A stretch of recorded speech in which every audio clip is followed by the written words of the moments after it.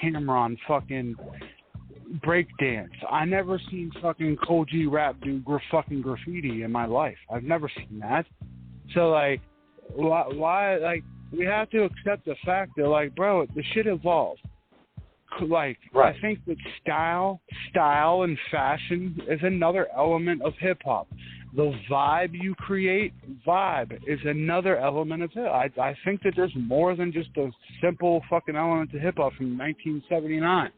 Like, bro, it evolved. That's okay to say. And there's so many different things that are hip-hop that it's okay to not like certain things, but let it exist, bro. Like, I mean, it sucks that, like, a lot of the young kids don't realize how rich in hip-hop Chicago is, you know? Yeah, like, they think Chicago and hey, they hold just on, guys. Hey, hold on, guys. I think we got an 818 caller on the line. Let's see who this is. 818, you on? This is Straight 18 caller. This is MC Juice. How y'all doing? Juice, MC what you Juice. doing, man? Great to have you with us. Yes. I don't believe it's you, man. What's your social security number, man? I don't think it's Juice. I'll say I've been doing it a while, so it's the O one, and it got 360 like the Omen. J.U.I.C.E, my guy. Man, great, man. How you doing, man? Chilling, man. I good, man. Then I had a session, and I had to jump out that session when I saw that shit. I'm like, oh, I got to chime in. And I was listening, and I'm totally in agreement. Like, don't nobody want this shit to evolve. Like, damn, too bad. You didn't get rich when you was trying to get rich. It's still hip-hop going on, you know? Yeah, I mean, like, it's just, when you become bitter and everything, man, like, look, I know for a fact that you've learned this, you've adapted to this, that you know that there's a nice lane for just lyrical hip hop, true MC type shit.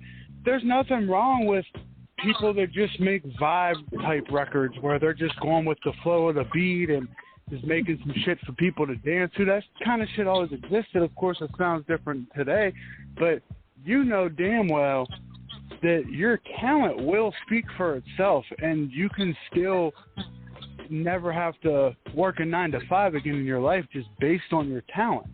And you know that. We all heard your fucking freestyle on R.A. the Rugged Man's podcast. Like, you know that your talent alone will create that lane for you, you know? And you can't get inspiration from being bitter. You can't do that. You can't get inspiration from being bitter. You know what I mean? Like, to be hateful and shit. It's like, man, let your talent speak for itself. But I want to talk to you about the R.A. Rugged Man thing. Like, how did that come about? Did you know you were going on that podcast to freestyle that day? Well, I didn't know that. No, I knew that. I had, you know, it's a lot of people are in wonderment when they hear me do that. So, even if it's respectful, people really want to see it for themselves. They're like, let's get him here live. Let's actually pick what he raps about. No one will say it didn't happen because we're credible, and then we'll see how he comes out. And based on how he comes out, then we can talk about all that, who's the best shit. But if he can't perform, then we'll all know it was some fake shit because he's not going to know what happened. So did I know I was going to rap? I mean, people always ask me to rap. Did I know he was going to pick a bunch of topics or what they were about? Had zero idea. When I got there, he was like, Juice can battle anyone, right? That's what y'all say, so I'm going to give him some topics. It was just literally like that, you know? Wow. Because that was, I mean, that went viral. He was throwing shots at everybody. Yeah, for spoiler alerts, it was throwing shots at Putin and Hulk Hogan. It was just random names out there. Yeah, well, he was telling me to rap about these people, and it was like, if you can't do it, then you're not who you say you are. You be saying that people don't get it, because I think there's a different degree of difficulty that you have when somebody picks what you rap about. Every time. Right. Yeah. You're right. I mean, what do you mean? Cameron, we just talking about Cameron, right? Cameron gets to do whatever fucking verse he wants, and if it's lit, it's lit. There's not going to be a fuck up because he remembered it ahead of time. Like, there's just no degree, there's no amount of pressure. This is what he does for a living. But when I come, I change the whole shit. I make it where, fuck, We don't know what anyone's gonna say tonight. What the fuck's gonna happen? Yeah. It's Juice. Oh my God. Now, So not only do I have to do what they say in terms of the title, but it got to be cohesive, and I can't fuck up ever, because if I ever fuck up, then I'm not as good as I said I was. So it's a lot, but I love it. Now, one thing about it, Juice. Go ahead, Pat. I won't take forever, I promise. But Juice, this is Pat. I interviewed you probably 5-6 years ago, and we kind of went viral. You said that you could still beat Eminem. Great. You could still beat Eminem to this day, and it went viral. I mean, as we kind of expected. However, I have a question for you. Did you hear what Eminem said about you? I did, and I was on Mike Tyson's podcast. I did. I was extremely humbled by it, because it let me know that that he still listens and that he could draw inspiration from real hip hop still. That's that to me was the biggest moment where it's like if he thinks, so think about it, if he thinks that I'm pretty decent still, then that means he's heard something, and if he's heard something, then he's still grounded in hip hop. So that makes him equally as dangerous and lethal as ever. We don't know what the hell is in that dude's head. So that's how I look at it. It's like, oh shit, the fact that he even said that, like, watch challenging that dude. I agree too, because I respected the fact that he said that, because the fact that he didn't just say like you were good back then, like he was saying you're that good of an artist, and he was speaking in the present tense that you're still that great of an artist. I think that if Eminem heard you say, "Oh no, I think Eminem would beat me today," that would probably break his heart. You know what I mean? Like he would probably that would hurt him. And you probably want to hear Eminem think that he could beat you. That's what makes it impressive that you beat him. Like that Eminem is great. Like that. Like you don't get points for beating somebody that isn't great. And Eminem's a great rapper. There's nobody can debate that. Whether you like his music or not, no one can debate that. But I want to take it a step further. When you said that, and I assume you still feel like that, and as you should, what is the reason why you think that you can still beat it? I mean, I tend to think that I believe you, and I believe you could beat Eminem, just based on you never stepped out of that element. You always kept that part of your roots. So I think that you're prepared to take on anybody. So well, that's funny you said that. My answer to that shit would be, you asked me about Eminem, so I had to mention, do I think I could beat him? And I said yes. But if you asked me that shit about T-La Rock or Ice-T, I would say the exact same thing. I would say it's that shit about Rakim, even though he's one of my idols. So the reason I say that is we all started at the same place. But I've taken lyricism just to another place. Like even in my head, just what I can think of on the spot, it doesn't even make sense. And the way I rap now, I had a show probably 2 weeks ago, and I was just standing there and I spit some of my new shit, and people were really, bro, I'm gonna spit y'all a few bars of this shit, and just so y'all get what I'm even saying. All right, is that cool? Please. Let us know. Please do. Go. All right. I said, no longer selling birds, but sicker than that flu. Boy, you can't hinder the skin of a tattoo. For all my real spitters that get it and stand true. This rap life, I live it for digits I can't lose. Change channels like the British, I did it for snafu. I'm snacking, boy, you little as vittles of cat food. I give it to you solo or give it to that crew. You dudes are too little to fiddle with that dude. Boy, I'm fantastic. Get lambasted. The fans act for it. The pen and pad sick. Tree like December. The shit is mad lit. I'm the best with the bars. Don't forget to add the wit and the charm. I'm deadly as a pit on the arm. So motherfucking high, I can sit on the barn. Oh, you a tough cat. Somebody give him some yarn, or he can play with the laser. All my niggas is armed. You feel me? Oh, Juice, the fact that you mentioned SNAFU, which is an acronym for Situation Normal All Fucked Up, a lot of people don't know what that is. Bro, he just spit cat owner bars. Like the yarn and the laser, bro. Anybody that owns a cat knows what he just said. That's crazy. Look, like when I said that, when I thought that, I'm like, oh, you a tough cat. Somebody give him some yarn, or you can play with the laser. All my niggas is armed. Like what? And the street element. So I'm saying I do that shit that y'all just heard off the head, and I don't. There's nobody that can do it. This is why. So I used to like drink a lot and really. I used to party a lot, and I just started taking care of myself because I started to realize you could do something can't nobody do, bro. And it don't matter that you want to be a writer and you want to be known as a songwriter and all this shit. When you freestyle, it's something can't nobody do. You just managed to be able to write. So I don't think that there's anybody who could speak or think at my level, whether it's with a beat, without a beat, prepared for 3 months, or on the spot. I've actually never seen it in my life. And if Eminem don't think so, why the fuck would I think that there's somebody else who's better than him that could beat me? I mean, one thing. Yeah, I mean, Juice. One thing about it, and this is T-Max from VA. Great to meet you. This is an honor. When you think about the trajectory when you think the trajectory of your career, the spontaneous element of your super soliloquies to the lyrical lambasting of laser precision with the pen without writing is phenomenal. I mean, your history is well documented. Yes, your history is well documented.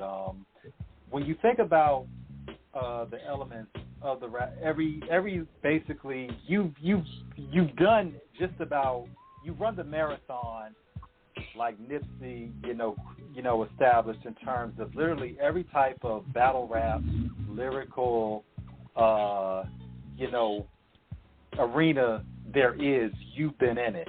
When you think about the levels of it to get to that point, from where artists start to where they ultimately end up, we're going to mention the Supernatural battle from a different level because it's something where there's always been that lament for a lot of artists, for some people, where the element of freestyling doesn't always translate to good music. Supernatural, of course, he's from Virginia. Yeah, he's from my hometown, Virginia. Of course, he had a joint Buddha Blessed. Supernatural's a hell of a MC. But when his album dropped, a lot of people felt like he didn't have the same level of lyrical potency as he did during the freestyle battles. You are an anomaly. You are a rarity. You are one of one in terms of what you do. Where does the how do everything coincide in terms of an artist who is phenomenal off the head, but can also translate that into actual songwriting in terms of a cohesive project? That's a question I have too, Juice. Like I know what T-Max is trying to say. What he's trying to say is, are those two different things to you? Is freestyling and actual songwriting, like, is your process different and your aim on each?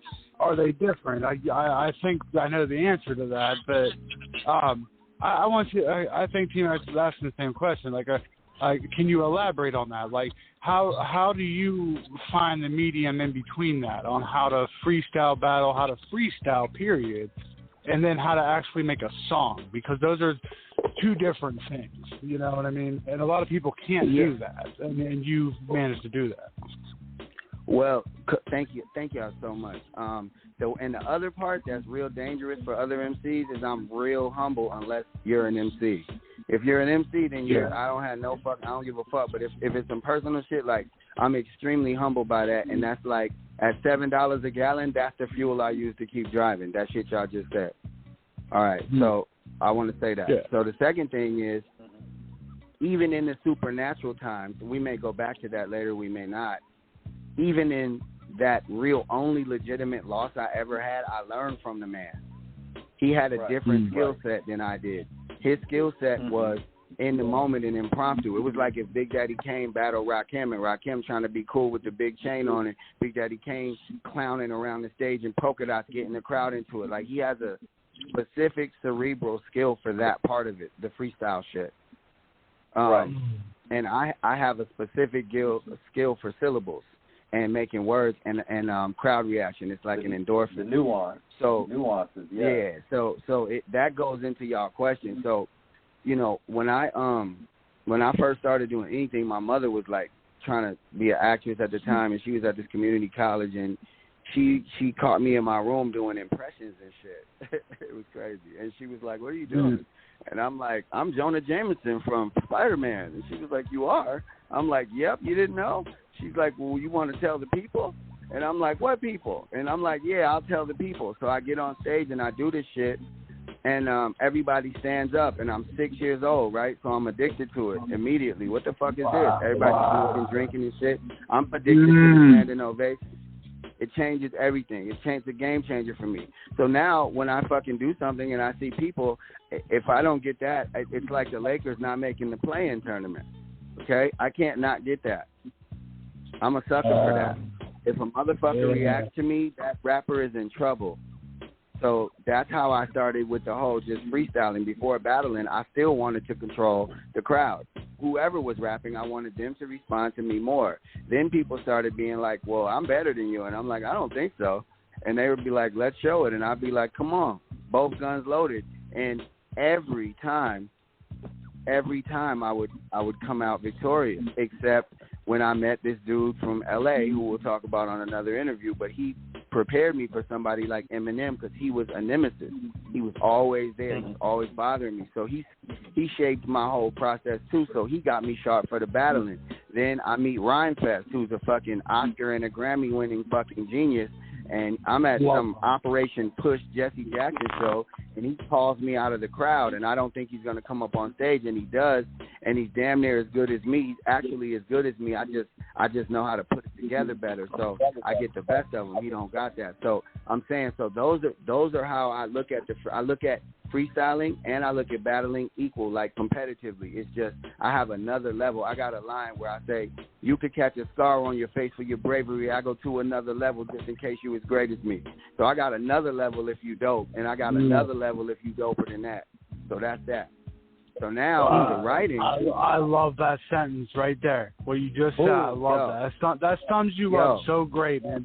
I want to give a shout out to my boy Brady Gaza. He's a rapper. He's from Flint, Michigan. I think it's from Flint. Yeah, he's from Flint. He has an FM radio show there. Sure.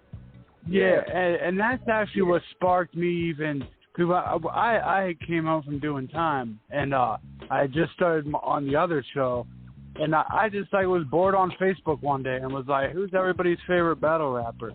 And everybody's commenting, like people from like Smack and King of the Dot and everything, and he commented MC Juice, and I was like, "Oh my God, MC Juice!"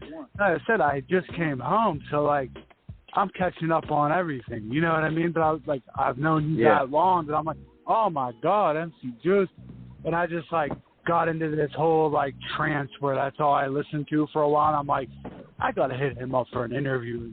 So like when I talked to Brady Gaza, me and him, we understand you. Like we knew your bars. Like he was very intricate in like what he knew about you, and like he had specific moments and battles that he liked that you did, and like it goes beyond just saying, "Oh yeah, dude can spit." Like, nah, like we get what you're saying, and like your shit is just, man, like you're different. You know what I mean? Like I think that's how you know. I think that's the thing you got on everybody. You can go to everybody's style. You can go to everybody's level, and then one up them on it. I think that's like what the big advantage that you have. That's why you're so hard to beat, is because you can pretty much do what anybody else is doing.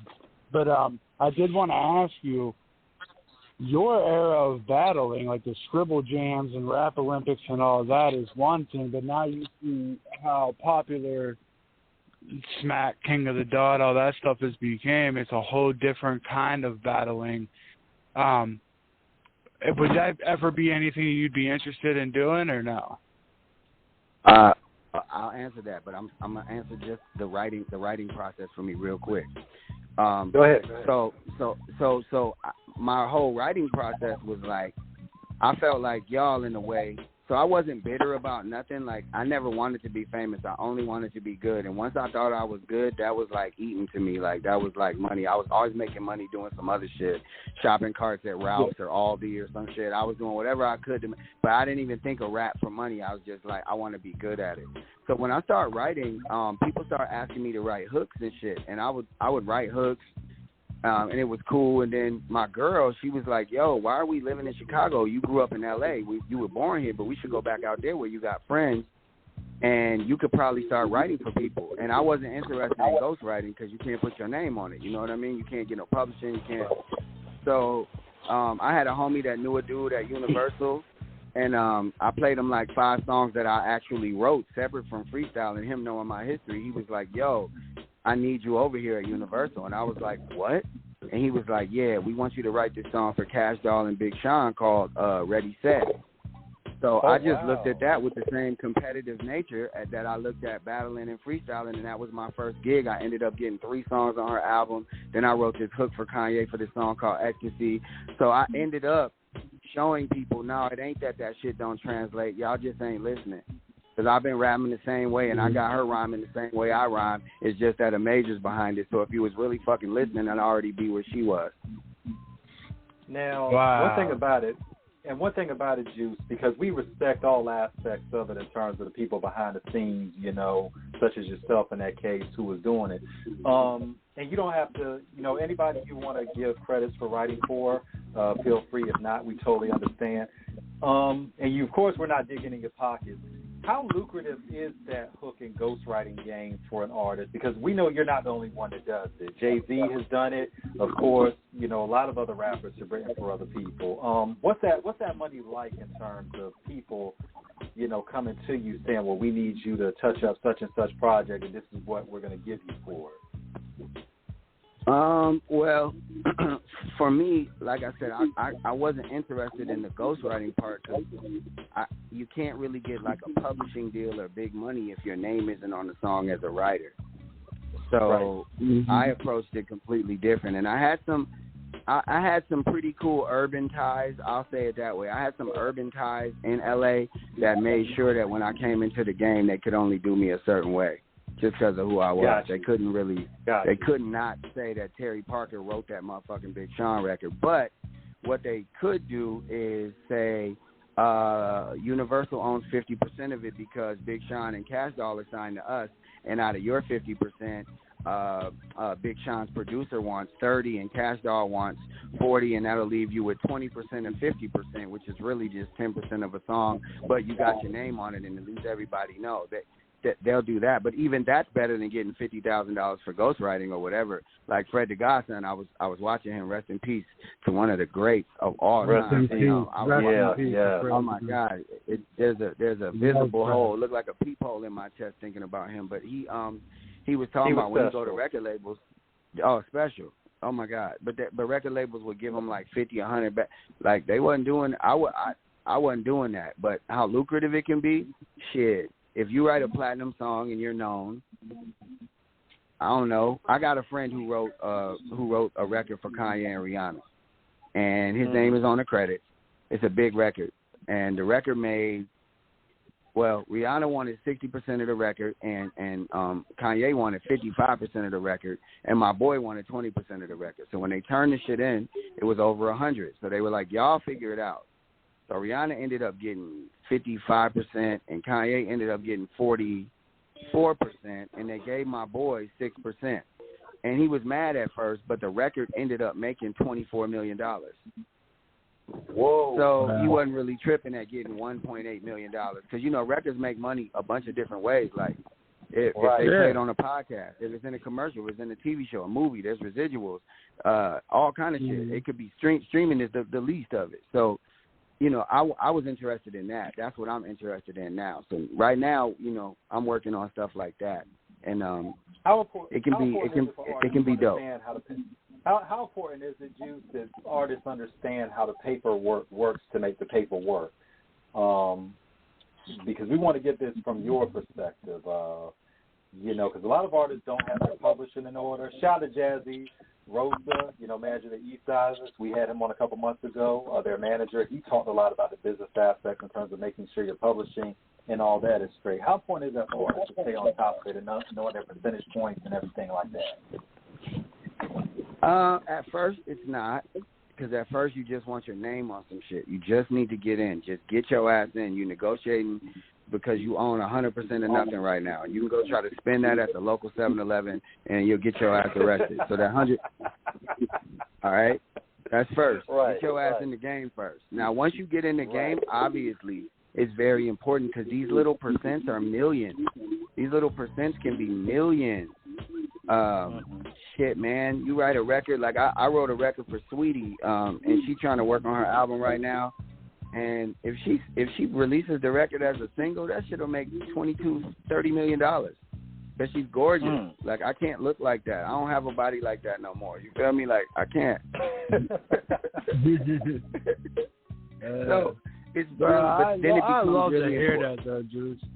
Juice, I love to hear that though, man. That you know, some people just don't understand the game. They just don't understand, like, look, it's not just about your talent, man. Like, you got to make moves. You got to be willing to work with people. You got to be willing to put your mind and, you know, let other people say what's on your mind. You got to get into other people's minds and all that. You got to be willing to play the fucking game.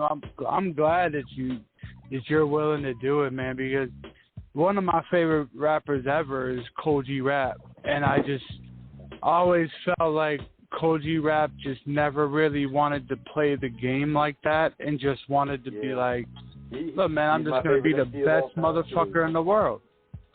Yeah, I just think J.U.I.C.E just wanted to rap his ass off, and he got, I mean, I'm sure, you're not going to see fucking J.U.I.C.E stocking shelves at Walmart, you know what I mean? Like, he made a lot of money doing it, but I love the fact that J.U.I.C.E never, I don't need to have T-Pain on my hook and make this kind of song and stuff. He just found his lane being lyrical forever, and to this day, he can drop an album and make enough money off of the eat.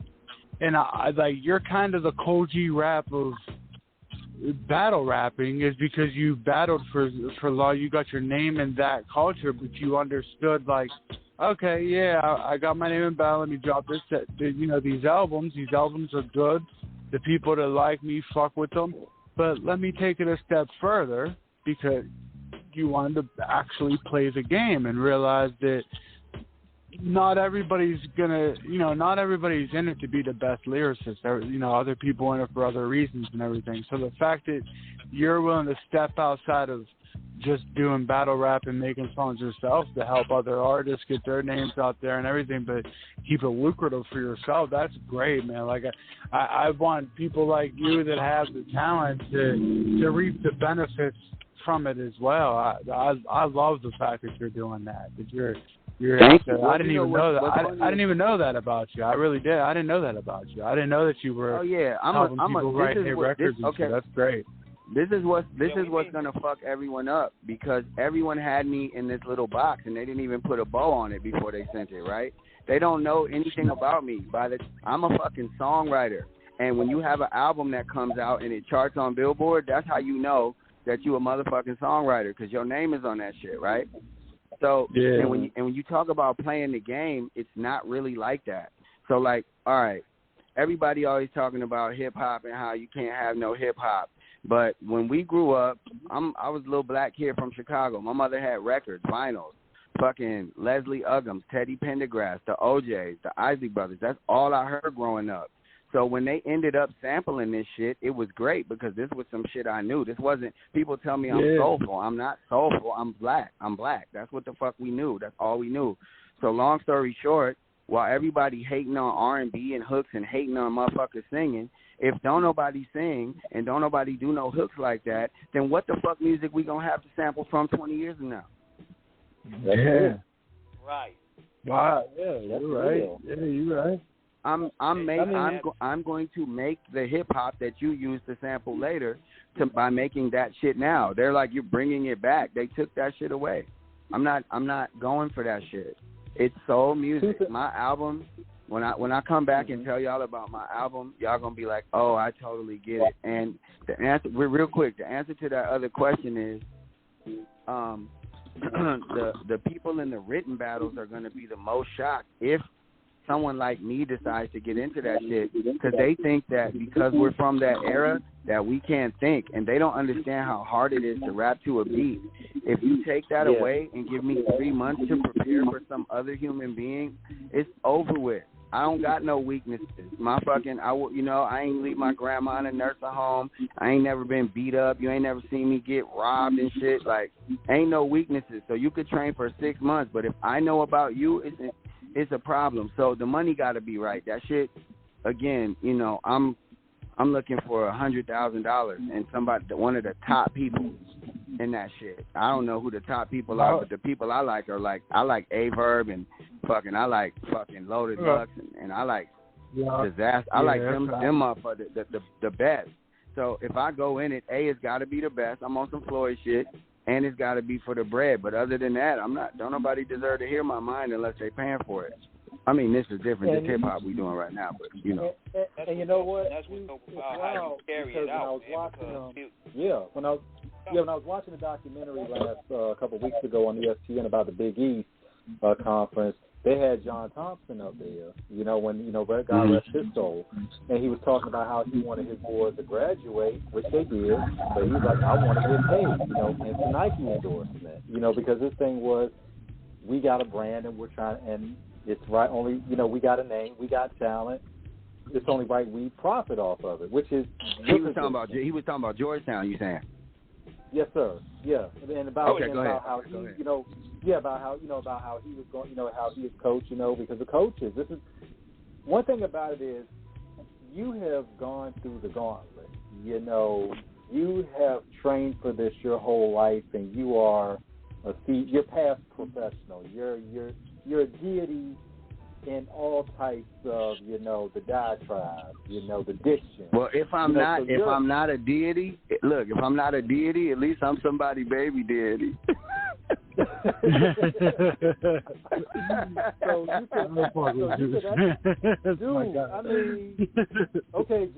Juice, because we've heard the music and you've heard you write the hook. I'm thinking right now the only thing left for you to do, which is limitless, is you could do movies in terms of writing dialogue and even do a comedy routine. God knows, because your gift of gab is beyond, is beyond bananas. Thank y'all. Yep, I can see me and JB Smooth doing the Trader Joe's commercial. That shit'd be lit as fuck. I love JB, man. That's my guy. I'm a Curb Your Enthusiasm kind of guy, man. I love JB. Oh, he's a fool. He a fool, bro. He's like another level human being. Yeah, all of them people are retarded. Like, and now that you can call the kids who needed special needs, no one can say we're being politically incorrect by saying retarded, because it doesn't mean special needs. Okay, stop, y'all. Yeah, everyone stop. Okay, they're retarded as fuck, but they're not special needs. All right. I plan on doing a bunch of stuff, man. Like I said, I used to party for no reason, and I wasn't really sure why I was on Earth, because I didn't really understand, and I was like, damn, I'm like, I got a bottle in my hand, and nobody even won a championship. It's just a random Wednesday, and I was like, you're here for a reason, stupid. Like, you gotta really chill. So I just been chilling, and I've been real focused in like my thoughts and my cognition, even more so in the wordplay. Man, this shit is crazy, man. It's just really, I can't believe it. But I heard you talking about the gauntlet. You could keep going. I had to chime in with that. I can't believe this shit myself, man. No, and we love that enthusiasm and passion that you show for your craft. When you talk about, Juice, about how you really took time to reflect, recollect, and really settle yourself, because your accolades are awesome. They're beyond comprehension in terms of how advanced your skill set is. And we see a lot of artists, and obviously you're in the showbiz circle, so there are a lot of artists that get caught up in all of that in terms of the lifestyle, and like you said, the drinking, the partying, the smoking, and they you see a lot of the health issues, you see a lot of the stress issues, you see a lot of the pitfalls that come along with it. How important is it for artists to maintain their mental health and to keep their sense of self-identity and self-grounding, not getting lost in an artificial space where the spotlight isn't always on you? It's about how it can cook you as well if it gets too high. Well, first of all, let me say that I'm glad y'all think I'm a dope MC, but I'm also a computer, and when I hear things that are amazing, I'm going to spit it back to you. So don't just tell me I got bars when you just made sense of self rhyme with mental health. That shit was crazy. I don't know how you did that. I don't know if that's something you do every time you come on. You're different, man. You see, you're crazy as hell, Juice. You're crazy as hell. All right. That's what the fuck I heard. You're always in rap mode, man. You're crazy as hell. I didn't even catch that. Here you are thinking of bars and shit. Oh, yeah, I was at home plate. I caught the whole shit. Nobody got home safe. But look, okay, so mental health. All right, so hopefully the music is something that you can do because it helps you relieve stress or say something you couldn't say any other way. When I hear about artists that have mental health issues, it makes me wonder why they do the music. Because if the music isn't helping, then you shouldn't do the music. This is mental health. This is cathartic. This is therapy. Yeah. Absolutely. Yeah, you're right. This is a catatonic state. This is having people be able to immediately react to you, and you get to do. What did y'all just say? You don't have to work a fucking 9 to 5, but you got other complaints. Maybe we should try the pink slime that's in the meat, or we should try all the hydrogen that's in our fucking lunch meat or some shit that's probably making you feel your cellular load feel imbalanced. But it ain't because of the music. So it is important, but it's also important to remember that the music is what we're supposed to be using for that. Like y'all said, whether it's a stadium or it's a 200-person club with a sound man named Catfish. You feel me? Whatever the fuck it is, you're supposed to use that shit to get away from that. And if you do that, then we're getting away from, to me, why we made music in the first place. But obviously it's important. Yeah, and we see a lot of situations. Saying some bars, just be giving us gems and bars in regular sentences, man. But I mean, the thing, I just want to get this out there, man, to let you know, man. Like, I've interviewed a lot of people, a lot of legends. I've had a lot of very great episodes, great interviews, people that I love and respect, and, you know, people that I didn't think were going to give me a great interview, and they did. I mean, people ask me my favorite interviews all the time, and they're shocked at what I say because it might be like an artist that nobody would think that was my great interview, like, you know, that would give me a great interview. You've always been one of my favorite interviews just because, for one, like, I think that you appreciate the fact that you're recognized as I hold you in very high regard, dude. That's not because you're on the phone right now. That you can ask people. I talk about you. I hold you in very high regard. I honestly think that you're a great artist. I think you have a very powerful and bright mind. I think that if you didn't continue to do music, that would be tragic.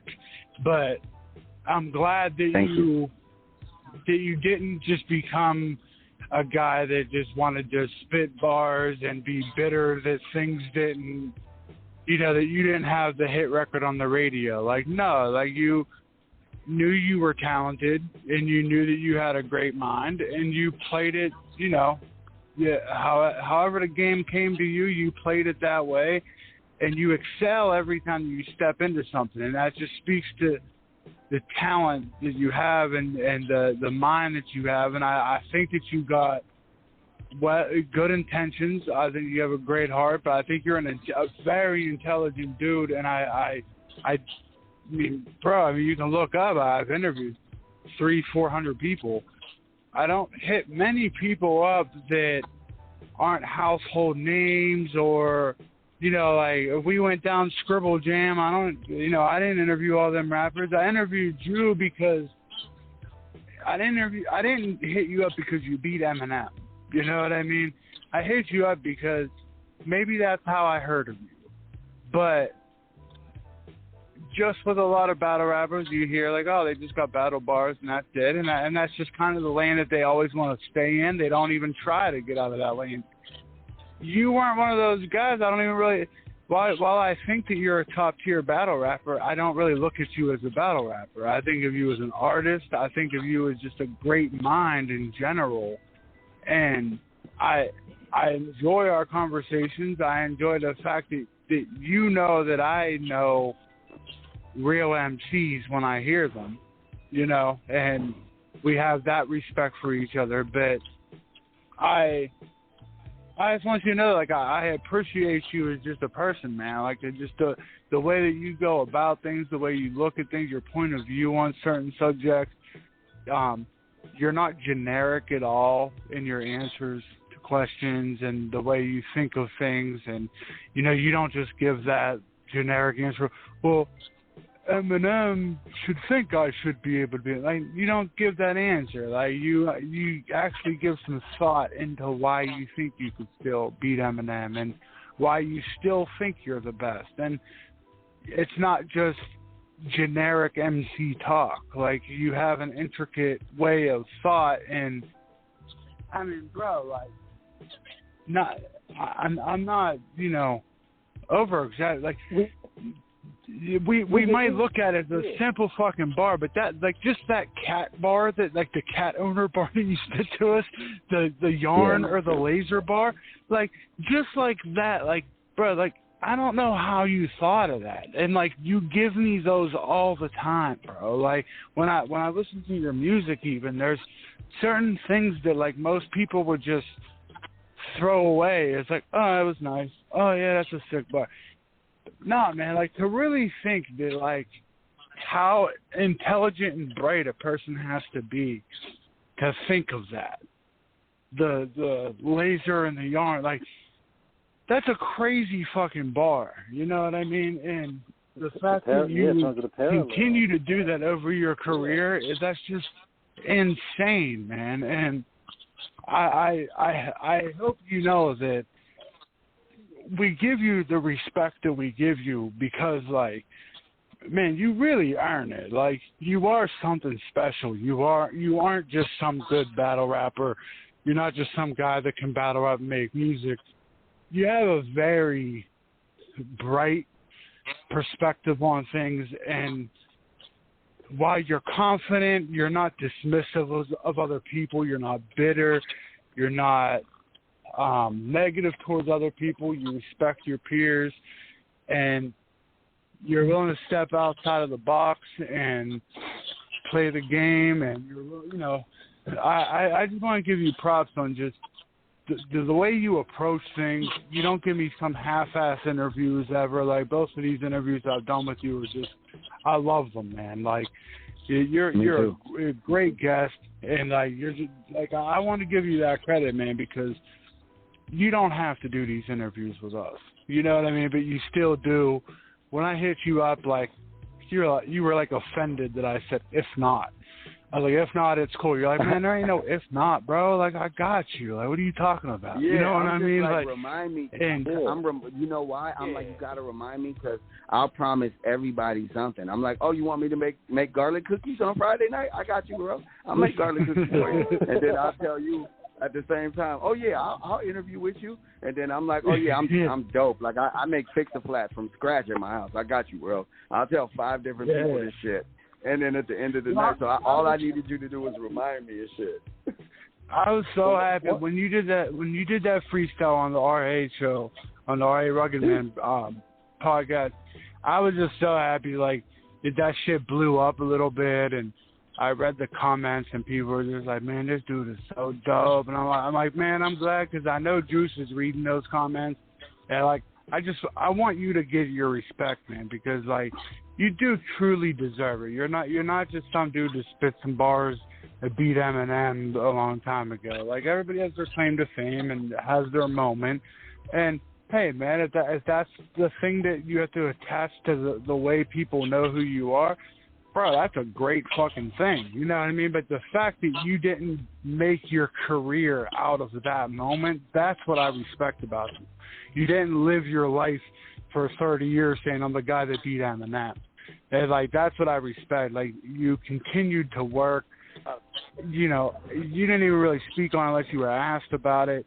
And the fact that you put out such high-quality music and you continue to write crazy, intelligent bars and catchy bars, and, you know, you do have the right formula that you can be, you know, you're deep, you're very intricate and detailed and complex, but you can also speak it in a way that the simple man understands it at the same time. Like, that takes a certain kind of talent. And I mean, I could keep going for an hour. I truly believe that you're a great MC. And the last time we talked, I knew that me and you had that respect. That, like, you knew that I know what I'm talking about. I hit you up because I respect you, and I don't just call somebody a dope MC because they're on the phone with me. You know what I mean? Like, yeah, I hit you up because I hold you in very, very high regard, Juice. And you. That's scary. You know. The pressure. So the pressure. Okay, so the pressure of that is what I live. That's the fuel. I told y'all that $7.50 a gallon. That's the fuel I be needing. So I get the same feeling off that just from being fucking 5 years old in Santa Monica Community College than most people do from buying a house. This is why it actually took me so long to give a fuck about my money, because I could always earn money, but I really was doing hip-hop for the hip-hop. And I'm like, damn, I got to actually care about my bread. Like, I got to really – I wasn't on that. I didn't do that shit for no money at all. I only did it to be the best and hear what you were telling me. Every time people would say that shit to me, it would be like, I got money. And then I was like, oh, no, but they really have money, fool. You got respect. Now you got to get money. And then it wasn't shit. I just had to switch my brain to a different mode. But I was never, ever doing it for that. So I don't even know what it's like to write when I was writing when I write for people, I don't be thinking about money and shit. I'm writing, I got like 4 joints that I just wrote for this other female rapper who's a rival of Sweetie, and she's the biggest bitch in the world. I can't really say right now because I want her to select some shit, but she dope, and she love her own pussy. That's what I'll tell y'all right now. And I wrote these 4 joints for her, right? And some of the bars in this shit, man, you wouldn't even believe this shit. You wouldn't even believe it. You'd be like, man, he gonna have this bitch barred up. So my point is, I'm doing that, but I'm not thinking, oh, I need a hit record. Once she lay it, it's gonna be that, but I'm not even thinking that. So thank you for seeing that. All I gave a fuck about was the art the whole time. The money is gonna come, but the art, shit. You know what I mean? That's all we got, man. That's all we got, man, is the motherfucking art. And that's what I'm giving you props on, man. Is the art. Yeah. You know, Nori always says, Nori always says to give people their flowers, man. And I respect him for doing that. And, you know, I've been doing the same thing for, 6-7 years now. I always want you to never question that part. Is the fact that I asked you to come on this show, man. Like, we went viral last time, and it was crazy. It was crazy, but bro, that's not the reason why I had you on, man. Like, you know that I respect you as an MC, and the thing that I love about you is you respect the art of the culture. You understand that, you're a great MC and all that, but you can be a great songwriter as well and all that. I love the fact that you embrace the art as a whole in general, instead of just picking one part and sticking to that. The fact that you're open-minded about it, like, my respect is endless for you, Juice. I mean, there's a bunch of lyrical cats in the world, man. You know what I mean? There's a million lyrical MCs, but Bro, I hit you up, man, because I truly respect you, and I look at you, I hold you in very, very high regard. And you can ask Eric, like, you were a couple minutes late, and I was like, look, man, if he don't come, trust me, he'll make it up to us. Like, my guy here. You know what I mean? Like, no way. No, I cared about it, and it's so crazy because my girl was like, yo, are you supposed to be talking to Brandon? And I'm like, oh, yeah, how do you know? She's like, he hit you, because I got this one phone I record music in, but it's still connected to my old phone. It's really fucked up because everything rings twice and shit. I have two phones too, bro, yeah. Yeah, I feel like Kevin Gates with this shit. But anyway, she showed me this shit, and I was like, oh, shit. So I was in it, man. But, yeah, man, I'm not going to let y'all down, man. Only because it comes from a love place. Like, unless, I don't know, you was on a roof and I had a ladder or some shit. Other than that, I probably won't let you down. I care. I'm detail oriented with that shit, and I ain't trying to. I want y'all to be saying that shit forever. Like, yo, no matter who come. Like, did you hear what Deuce said when he was at the show? Like, I told him he respect the art, and he said that's a conflicted start. And he said he would wreck the art, and rappers would get picked apart. I want y'all to be like, he did that off the like. Juice is like, I want people to know this. It's some other shit over here, man. Juice speaks in bars, man. Like, just like what Pat was saying, what's dope about you is that you treat the game as a sport still. Like, you know how it was in the NBA where, you know, for 48 minutes straight, we're going to be arch enemies. After the game, we can hang out, shoot pool, you know what I'm saying, pick up baddies at the spot. But when it comes to game time, we locked in. We mortal enemies at this point. So you have that same mindset when you come into the battle. Well, I love the fact that you're saying you're writing for other people and you're talking about how dope they're going to be spitting the shit that you're writing for them. Like, that right there is just so ill that, like, you care about the game that much that you put your all into everything you do, man. Like, you give me great interviews. You write great songs for people. You spit great bars for R.A. the Rugged Man. You make great albums. You know, like, you're good with the Mole Man, man. Like, that shit is so hard. Like, all your albums, man, like, I love every single one of your albums, just the way you construct them. Like, how track one bleeds into the last track.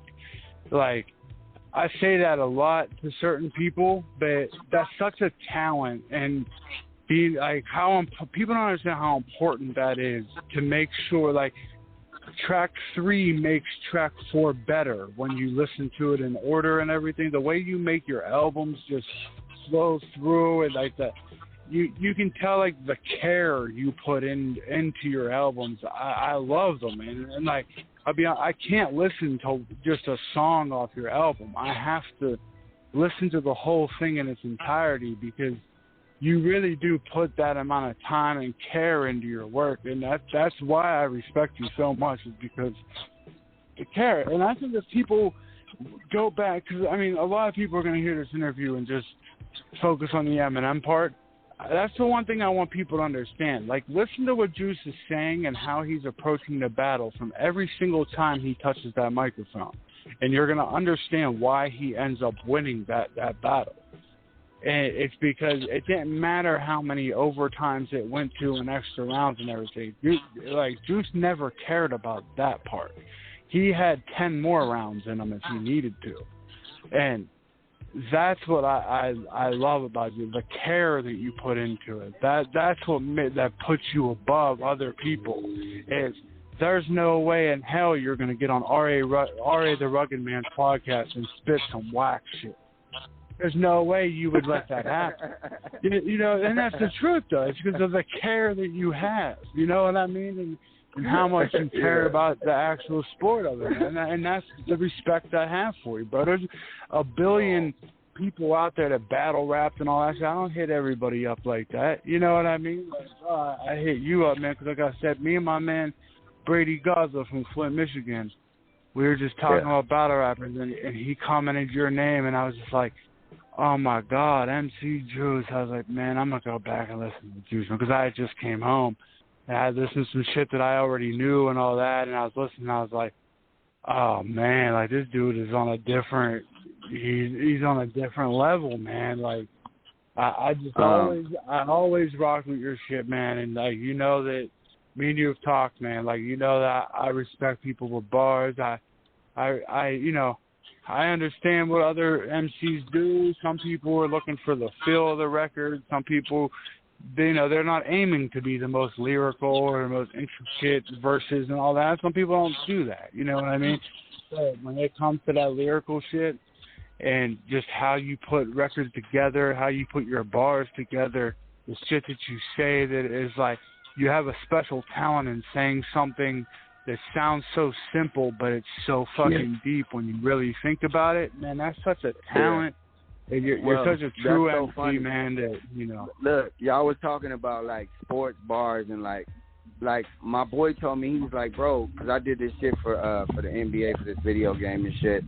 And in the bars, I said, I'm real sick with the rock for the non-believers. Plus, I'm sweet around the rim like a margarita. I drain shit like free throws. Because even in street clothes, I leave the D shook like D-Rose.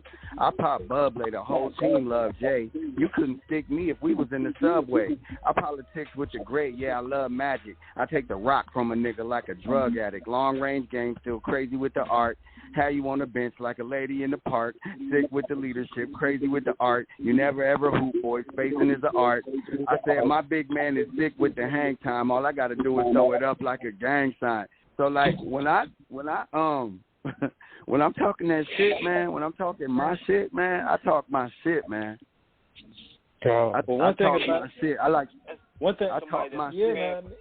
Yeah, I mean one thing about it, Juice, is yeah, I mean, one thing about it, Juice, is you leave them shook because your dialogue is deeper than rap, the way you make the lyrical gun clap, making everybody catch a bitch slap, like at the Grammys, understand it, well, Oscars rather, but I mean, dude, you just, when you think about, there's so many different levels to what you do, man.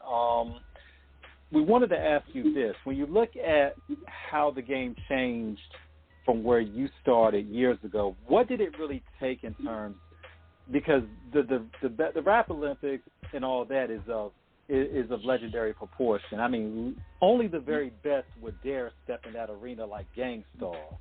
I mean, to go that far. Yeah. What was it like? See, your shit is contagious. Your genius is contagious. You got us all with the ill linguistics. Yeah. Well. And then, and shout out to my mother. She read to me. My mother was an English teacher, English major in college. She read to me from the womb, you know. And when I came out, I was already like spouting, you know, all types of lyrical clout. So it's in the DNA. That's the definition of my ancestry. First of all, let's tell the truth. I never lie to y'all. So we have to thank your mother for the dialogue. This is an interview, but nothing I would try to blog. If she's mad, I send her mouth like it was line of call. Jesus Christ. I don't know. But you said, you basically saying how has it changed? Yeah, what was it like back in the day? Because that was to get to do the Rap Olympics back then. Like you really you had to do more calisthenics than Richard Simmons, you know, partnering up with Jack LaLanne, and you couldn't be lame. I mean, my man T-Mac spitting bars too. Oh, he got bars. Oh, listen, he's a all white college town too on Friday night. He got bars.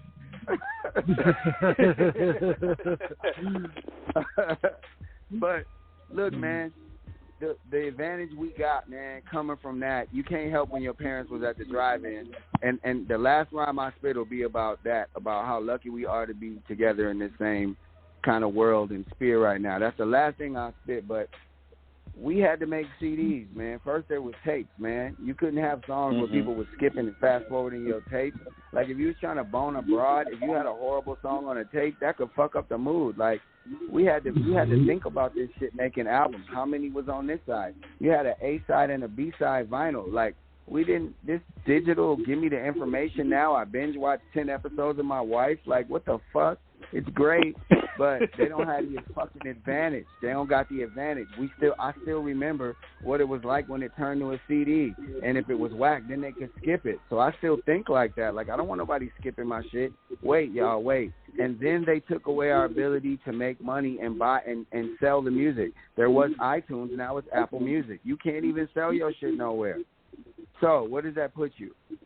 You're going to be fucking broke if you can't make people repeat the song, because the only way you're going to make money is that 100th of a penny from streaming.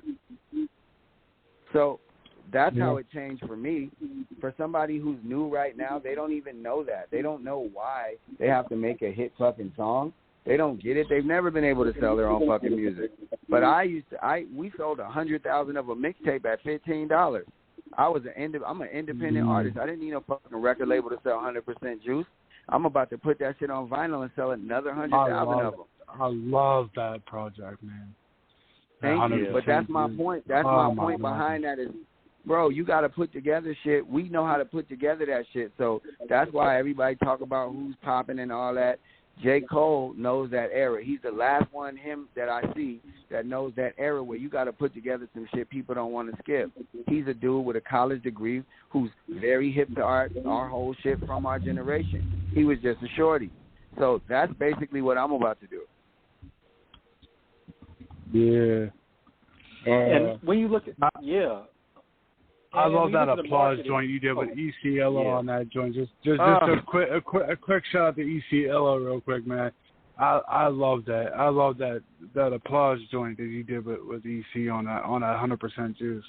I love that song. Yeah, that dude, that's another dude who taught me how to sell 100% Juice, because he was with Creator's Way, and he sold 80,000 of his album, and nobody knew his name, and everybody's like, why EC didn't blow up? And I'm like, he made $960,000 off his own record. Like, we made $1.5 million off 100% Juice. Like, we did that shit. Like, don't cry for me, Argentina. We ain't broke over here. You feel me? Like, what? So it's all relative. He's one of those people that understood the game at that time too, and he understood, like, oh, if I'm an independent artist, like, if I just rock with the people that already fuck with me, I'm cool. And he understood that. He never sold out. He never did anything he didn't want to do. He just spit his shit. You know what I mean? And I love that applause to what you guys did together. And that shit you did with Rhyme Fest. Hey, man. Quick, me and Ron on your album too? Yeah. Corrupt was like the Wild in the West or whatever, right? Yeah, remember I told you I had a couple urban friends from LA who got me into to Universal? Yeah, it was people like Corrupt. Yeah. Oh, okay. It was some of them. It was some of them type dudes. People don't understand what we're talking about right now. Juice has this project called 100% Juice. You know, like the names that you would know that were on this was like Rhyme Fest, Corrupt, Twista's on that, ain't he? Twista's on it. We was Rockefeller had offered a deal, so we did a remix with Jay-Z. It was fucking nuts. I thought I was gonna take the deal, but I just want to love you. Yeah, they was offering like 10,000, and I always had money, so I had a little more than that on me, and it just didn't appeal to me because they was offering 50 and Eminem $1 million, so that's why I didn't take none of the deals. It wasn't that it didn't get to that level. People knew how dope I was. It was. Damn, Juice, you could have been on the rock, bro. Yeah, but I would have burned out, and I wouldn't have been the mind that I am. True, you're right. If I was signed to Jay-Z, he wouldn't have felt right putting the same effort behind my music that he put by his, because I have the potential to do what he did. When he signed J. Cole to Rock Nation, it was J. Cole that made it despite Jay-Z, not because of him. You're right. He didn't know you're right. J. Cole was going to be. Yeah. When Jay-Z was the head of Def Jam, Method Man's album didn't come out. Redman's album didn't come out. LL's album didn't come out. Joe Budden's album. So nobody, they were like, why isn't this dude, he's the head of Def Jam, but he's not releasing nothing. And Jay is dope. I feel like I'm going to work with him soon because I've been doing some crazy shit, and I think it's going to happen. But I would still tell him, like, big homie, big bro, like, you you didn't facilitate that shit like you could have at Def Jam. So I'm glad I didn't take the Rock deal. You know what I mean? But I love Jay, and I'm a diehard Jay fan. Like I love the Rockefeller movement. You know, like I don't talk negatively on anybody from the Rock. I love the Rock. But yeah, I mean, I wish the Def Jam thing was a little different. You know what I mean? And I mean, period. I mean, if you think about it, I mean, I wish Scarface's Def Jam South shit would have went beyond what it went. And yeah, there's other things that Def Jam I wish would have went a different way. You know what I mean? Like, I'm not just saying like look past the Jay-Z, you know, oh, let Jay slide because other things didn't work out either. I'm just saying that there's a lot of things that didn't work out that I wish did, and it would have been great for Def Jam, like just the name Def Jam with Jay-Z at the head, if DMX, Method Man, Ghostface, like all those names were like, you know, it's the head of everything, and you know, on every top 10 and everything during that Def Jam run, that would have been so legendary. And it seemed like he had the right idea, but it just didn't plan out right. Like, and things just went there. And it's hard, you know, if you're an artist, you know, he signed a lot of his peers, which is a lot of his competition. So it's like, you know, that's the point. That's the point. So basically, yeah. How the fuck do you know these people are on your fucking heels and sign them? And remember, the beauty of it would have been for Jay-Z to outshine everybody else because he had the talent. But if you let fear creep in, if you let doubt creep in, then you're not prepared to do it anyway. You might be bigger and stronger than another fighter, but if you don't believe you're gonna beat him, like I wouldn't say I feel like I can do that. And then when somebody came up, not have what I said I had, he had to believe he was as good as Ghost and Meth and Red. Maybe he didn't think that, but either way, that doubt, he could have took that to a fucking level. He would have been ethereal, empirical. He would have been way more than just a mogul. He still would have got to the billion, but he would have been responsible for changing music. A lot of that other bullshit wouldn't have happened. And maybe he didn't like the reception. He might not like the reception that Kingdom Come got, and that could have played into it a lot. Like, I thought that. Yep. Because he was retired. Remember, he was retired. Right. Like Black Album was a classic. Everybody loved Black Album. It was a classic. He came back with Kingdom Come, and people didn't really like it. So it's like, well, if he's putting out Method Man and he squashed the shit with Nas too, and Nas was on Def Jam, so it's like, you know, if I put out all these guys and people like their albums more than mine, damn man, maybe I should have stayed retired. That's how people are gonna look at me. You know what I mean? Like there could have been a lot. Well, remember. Into that, hold on, real quick. So there's. Look, everybody got ego. We got to have ego to write the shit about how dope we are. So stop acting like we don't all have ego. Fine, whatever, you got ego. But, yeah, he got caught up not understanding the public. He got so rich he didn't understand the public.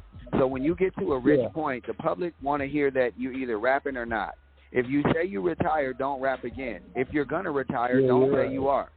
Like, you fucked with the public, so now they're listening to your music with different ears. You ain't just Jay-Z no more. This is, how does unretired Jay-Z sound? You made the moniker. You made the role. You made the label. And then when you can't live up, you damn right it's right. When you can't live up to the damn label, now you're like, I don't want nobody else to come out. But why the fuck do you keep playing with your public? Like, we're not rich like you. We count on your music to get us through. So either tell us you're going to be doing this shit or don't do it at all.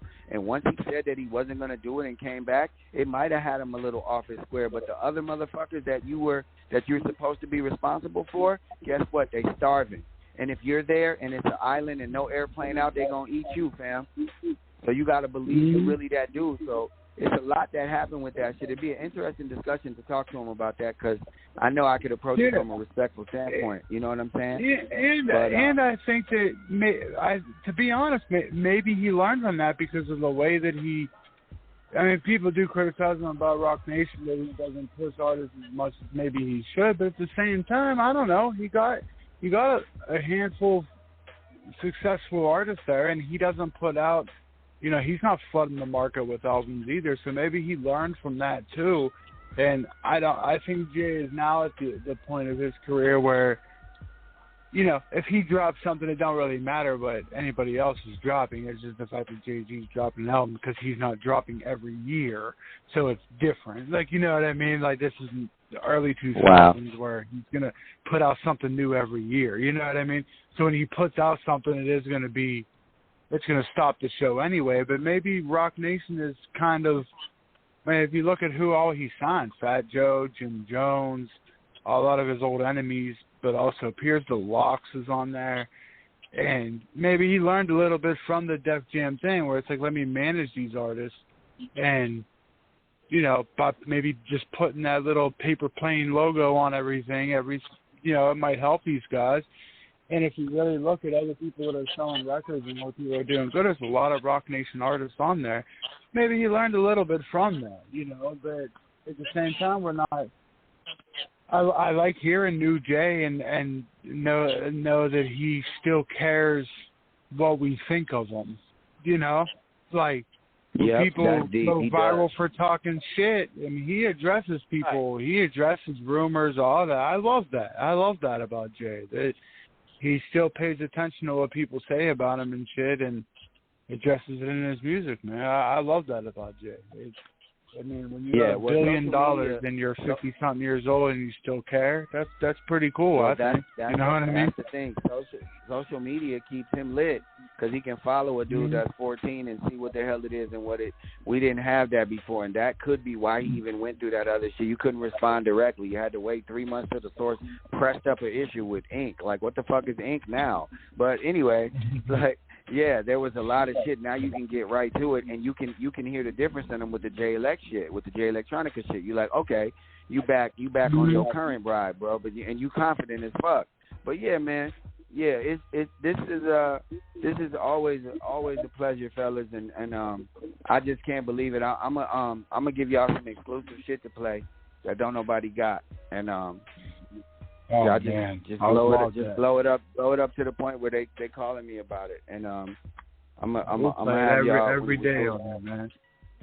That's love. I'm gonna do it. I don't know because I got so much stuff. I'm just like, it's time to start letting this shit out. So that's what's gonna happen. I'll hit you with my email in the inbox if you need me to, man. Do that, and then I'll do that shit, and I'll get you some music. And if y'all need to holler again, it's always good. You know, we might have to do something like quarterly or something. I don't know. We got to see. Bro, you're welcome on any time. Believe that. But I'll let you go ahead and sign yourself up. Like, if you want to give people your handle on like Instagram or Facebook or anything, like, go ahead. If there's anything that you got coming out or anything you want to tell people about, like, go ahead. The floor is yours, man. Yeah. All right, that's dope. So I'm the first thing is I'm working on a bunch of stuff. There's an artist from a group named All Natural. His name is Capital D. He's a rapper, and they're from Chicago. It's him and his partner Tone B. Nimble. They had All Natural, and we always used to work together. And he's a producer and an MC, and he's legendary to me. And he's on Rakim status. And he went to college and he graduated, and he became the senior VP of legal for the Golden State Warriors. Senior vice president. And he hit me with this album, and he put all of these like blank spaces in this album for me to like bar out and write whatever I wanted, and I sent it back to him, and he said he liked it, and I thought nothing of it, and I was like, who produced it? And he was like, this girl produced it named Georgia Ann Muldrow. I'm like, who's that? He's like, she's a singer, but she's a producer, and she's like Quincy Jones. Y'all gotta look her up. She's sick. Georgia Ann Muldrow. So she produced all this shit. It sounds like hip hop, but it ain't no samples in it. It's the R&B analogy I was talking about. She creates that shit you can sample later. So we do the album. Next thing he knows, he plays it for the team ownership, and they're like, we want to do a film wing and a label, and we want y'all album to be the first album on it. We want to do Golden State Entertainment, right? That's huge. That's huge. You're talking huge. So I didn't believe him. I'm like, what are you talking about? He's like, yeah, man. Do you know, we want to get distribution. You want to go through Universal, or do you know somebody else? So I ended up hooking him up with my boy Extreme, who's down at E1, and we got distribution through E1. So that album, they're going to announce that they signed me. They're announcing everything on Monday. But then they're going to announce that they specifically signed me about a month from now. And then at that point, we got a song that we just finished with E40, Casual, and Delta Funky Homo Sapien called Paper Thick. And that shit going to be out like crazy during the playoffs. And then after that, the album drops. The group is called The Connoisseurs. So it's going to be crazy. So look out for that. Anybody that's interested in any of my music, go to my Bandcamp where you could like fucking buy it for $1 and fuck this penny shit. So my it's Bandcamp dot juice10. It's Bandcamp.juice10, juice10. So if you just go to Bandcamp.J.U.I.C.E 10, all my music is there, 100% juice. All you can really see, and then we can really start to get into a discussion about this writing game. When you see I got 7 fucking projects up there, like who not writing?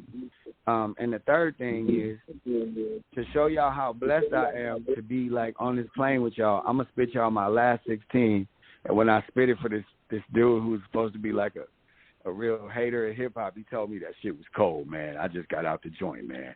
I just got out right, man. That shit was cold, bro. So I'm going to spit it for y'all.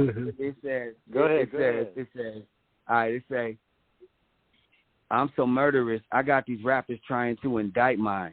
But all these niggas can do is watch me like I'm Nightline. I write rhymes for all my rap people to recite mine. Break my lyrics down and ain't no telling what you might find.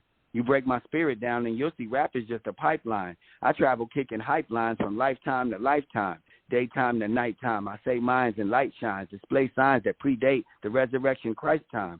All this whack shit is slowly making J.U.I.C.E blind. To some I'm diplomatic and to some the impolite kind.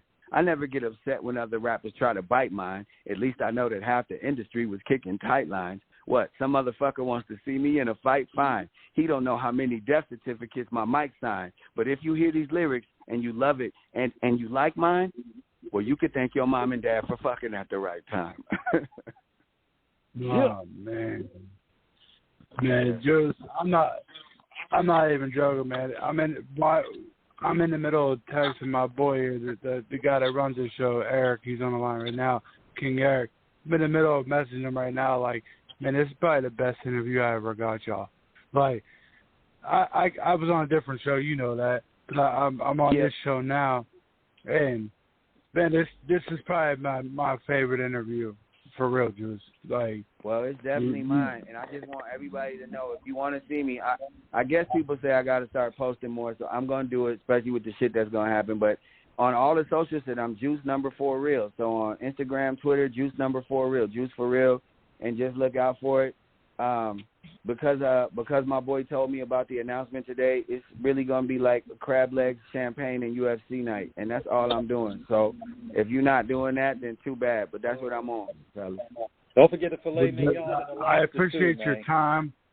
I'm very grateful for the time you gave us, man, and the fact that you spit crazy bars on here is just something great. I would never ask you to rap for me, man. The fact that you did that several times, I can't even explain to you how much that means to me, man. But it meant more to me because I want every rapper to know. I want motherfuckers to know if you say you do something for a living and people ask you to do it, it's not an insult. It's not disrespectful. Real quick, Juice. Me and Joey, we're both hip hop heads at the end of the day. I wanted to ask you, did you hear them Coast Contra guys yet? Did you hear them? Rap Cat son. Yeah. Coast Contra, did you hear them yet? Yeah, they're fucking nuts. They're Look insane, who bro. They're I don't even know who they are, but wait, all that's of them? That's Rap No. There's 2 twin brothers. I don't know their names. I keep forgetting their names. But two of them are twin brothers. I think they're twins, but they're Razzcast's kids. Yeah. Okay. And then there's 2 other dudes. One of them's from Philly. The guy that kind of sounds like ODB, he's from Philly.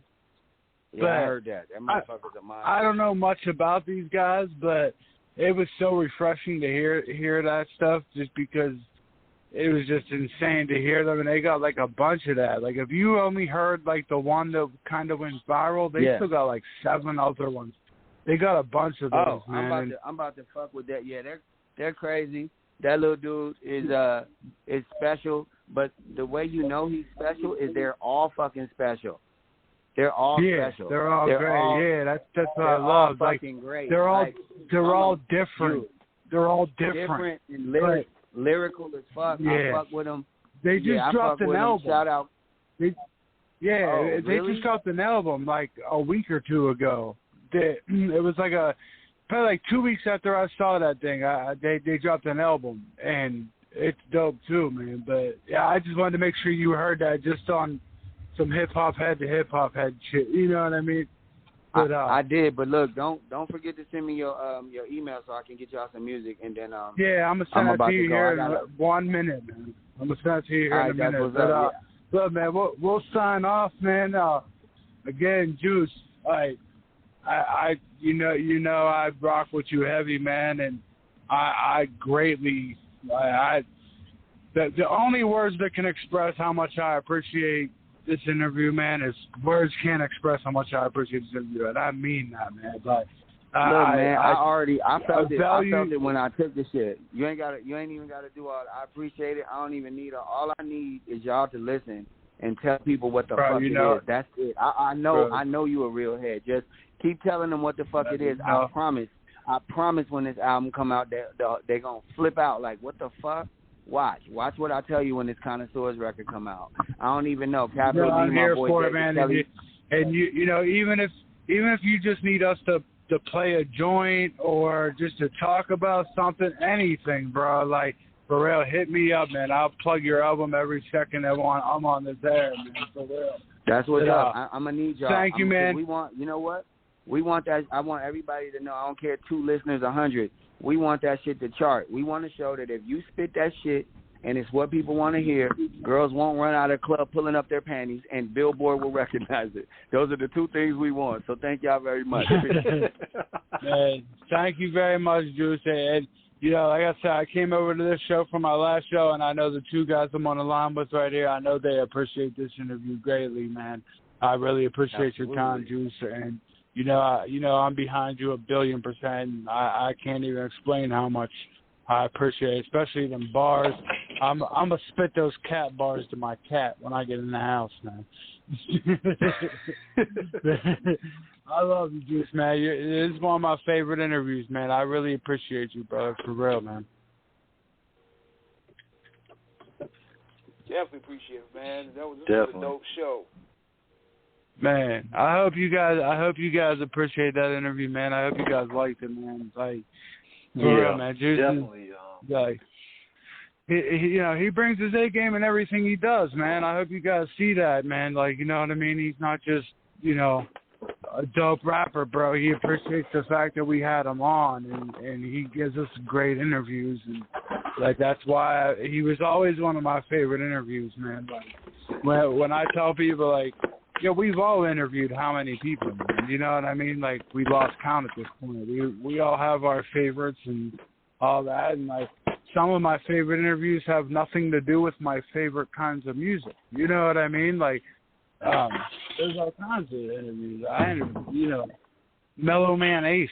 I don't really listen to Mellow Man Ace all like that. He's one of my favorite interviews I ever did. I love that interview I did with him. You know what I mean? But you just never know who's going to come on and give you a dope interview, but I always listed MC Juice as one of my favorite interviews because it was the first interview where it was somebody that I rocked with heavy, that I respect heavy, and I also made a lot of noise with the interview. Like, you know what I mean? Like, if you Google MC Juice and Eminem, you'll get, like, the battle from Scribble Jam and all that, but then you'll also get a bunch of people covering a story of MC Juice says he can still beat Eminem. If you click on those stories, you'll read that, he said this on, it was my show. You know what I mean? I'm the one that booked them. I'm the one that, like, controlled the interview and all that. So of course that's one of my favorites, but it was one of my favorites because like I really rock with MC Juice. Like I really liked it. That's why I gave my boy Brady Gaza a shout out because he's the one that kind of sparked that back in me. Like because I just came home, you know what I mean? And like I'm a hip hop head now. I know a million rappers, you know what I mean? But whenever he said MC Juice, I'm like, oh man, I gotta look up some MC Juice shit. Like, and I got back into it. I hit him. I was like, bro, I'd be honored if you came on the show, and he did. And like I said, you can ask Eric. I showed him the messages like when I was like, hey man, like I'm on a new show now. It's kind of a bigger platform. Like we got more followers on this show. I said, man, like, so I respect these guys for letting me book shows on here, and just to begin with, I'd be honored if you would come on the show, man. Like, I'd appreciate it. But if not, it's cool. I hope all's well. You know what I mean? You keep doing your thing. And he's like, bro, with me and you, it ain't even a if not. Like, I got you, bro. Cause like on the last interview I had with like my co-hosts and shit were like asking him like if he ever heard this rapper and this rapper. And every time he like heard a rapper's name that he didn't know, he'd be like, yo Pat, are they nice? Like he would ask me because he knew that like me and him had the same like if someone's nice or not. You know what I mean? That just like made me like feel validated. Like, damn, MC Juice respects my opinion about other rappers. You know what I'm saying? Like, I just love the fact that like he knows who I am, like, and who I respect as MCs and all that shit. Like, you know what I mean? So like, I'm glad that he came on here, man, bro. And I told you, Eric, if he didn't come tonight, I knew he would make it up. But I had a feeling if we just stayed on the air, he would call in. You know what I mean? Like people, shit happens. You know what I mean? It's a Friday night. You know what I'm saying? Like, But I'm glad we did this interview, man. I thank you guys for even giving me the opportunity to like come in and fuck you guys' shows up like this and shit. You know what I mean? I try to give you guys, I try to pull in some people that make some noise and, you know what I mean, and all that. And, like, I appreciate you guys even giving me that chance, man. You know what I mean? But, I know you guys are going to stay wavelength with me, man. It's all about the hip-hop shit with us, man. And we don't have to fucking jam it down people's throats to worry about real hip-hop, bro. We don't even say that shit. We just give you the content to prove it. You know what I mean? That's why I fuck with you guys. You know what I'm saying? Like, but look, man, I appreciate it, man. I'm probably gonna call in for the JD interview if y'all don't mind. I'm just gonna I just have a couple questions for JD. That's y'all interview. I don't want to fuck it up or anything, so I'm just going to come in, if you guys don't mind, I'm just come in maybe like 2 or 3 questions, let you guys run the rest. Eric, you know what? Fuck it, man. I'm going to put you on the spot on the air, man. Look, I have an idea, Eric. I want you to know. I want your honest opinion. Do you think it's a good idea? So, we know that I talk with New Orleans heavy. That's kind of my niche, you know what I mean? Like, it's kind of my lane, you know what I mean?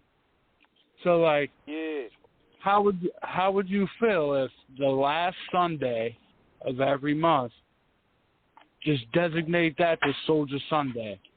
Just give me that last Sunday of every month, and either I have a guest or I don't. If I don't have a guest, we'll just play some music, talk some shit, blah, blah, blah. That way I don't keep hitting you up like, yo, I got this dude from New Orleans, I got that dude from New Orleans, and we just crowd up crowd up your show with 1 million fucking New Orleans people in the middle of 20 times a month and shit. If I just give me an hour on the last Sunday of every month, give me 1 hour, either I have a guest or I don't. We can call it Soldier Sundays with Pat, and that's it. Either I have a guest or I don't. We just talk New Orleans. How you feel about that? Hey, I'm down, man. That brings a whole different demographic to us. I just think that's a good. I think that's a good idea. And like, you know, of course, like I just had MC Juice on. Like, of course, he won't fall under that. And of course, like, bro, I can get you a guest that doesn't fall under the New Orleans category. Like, of course, I'll get them for you, and I'll keep trying to get those kind of guests for you too. But I also understand that, yeah, it's you and T-Max, and how many times do I have to hit you up and say, like, hey, bro, like, I need an open date for this guy and that guy and that guy. And it's like, you know, I get it. It's like you're doing your thing, I'm doing my thing. It's like me and you both kind of have the same hustle when it comes to this thing, so we're going to bump heads more than anything.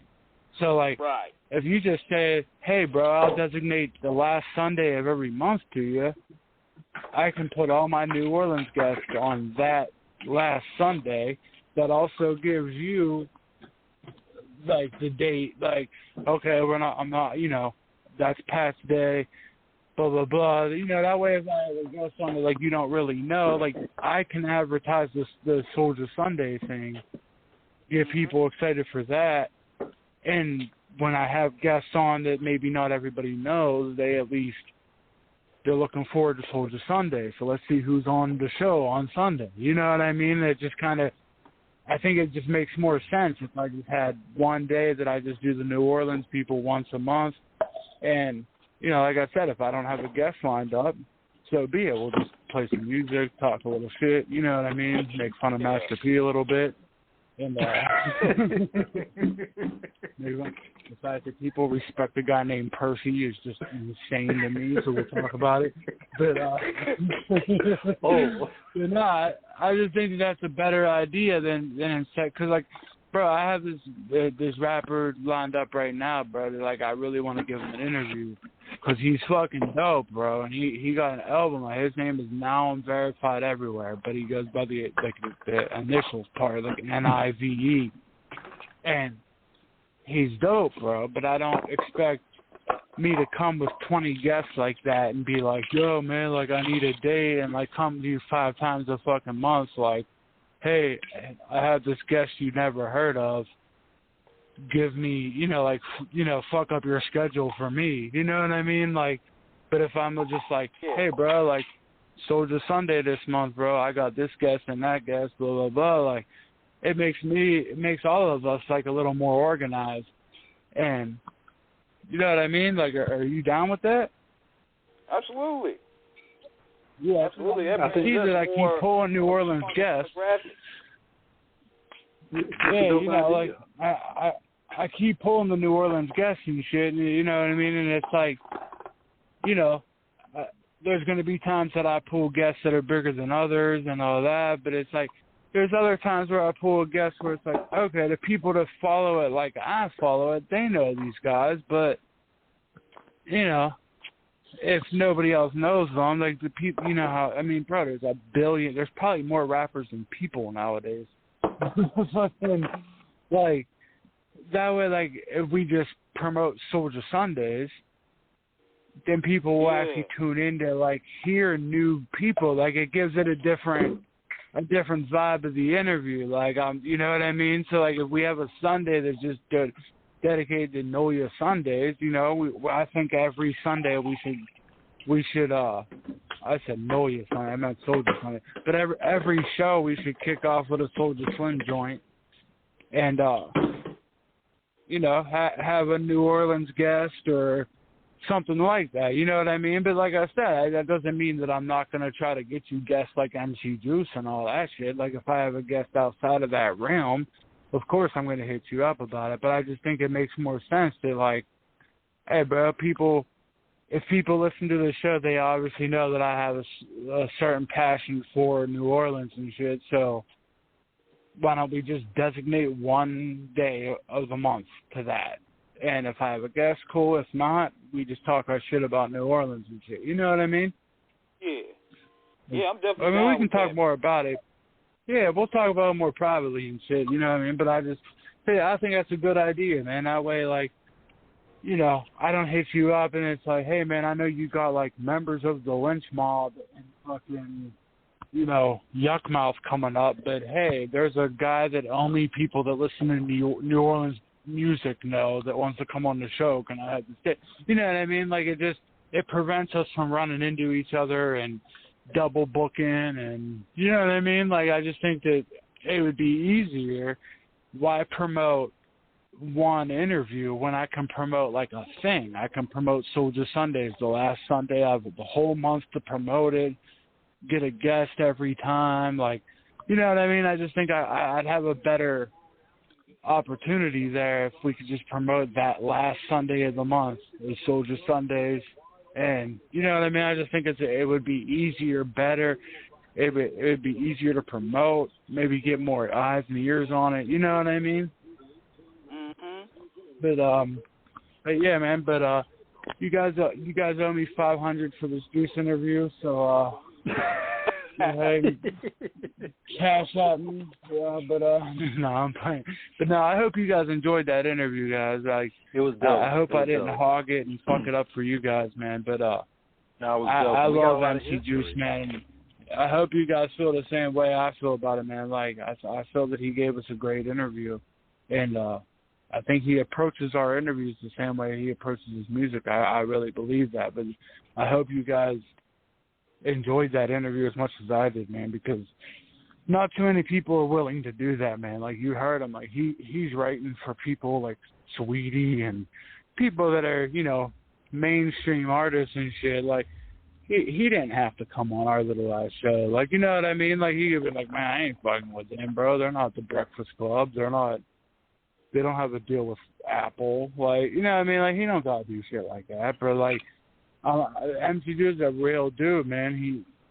He's of the culture. You know what I mean? Like, so he understands. Like, he probably went to our YouTube and like, damn, man, they got 56,000 followers and shit. Like, man, that's dope, bro. And they don't even have no sponsors as far as like, yeah, like there's nobody putting you guys on as far as like Apple, and there's no label behind you or nothing like that. You know what I mean? Like, it's an organic fucking, like, you guys got those followers the right fucking way. You know what I mean? By being fucking dope, believing in your product, and following the culture and covering everything of the culture. Like, nothing's too small, nothing's too big for you guys. You know what I mean? And like, that's why it pays off for you guys, man. You know what I mean?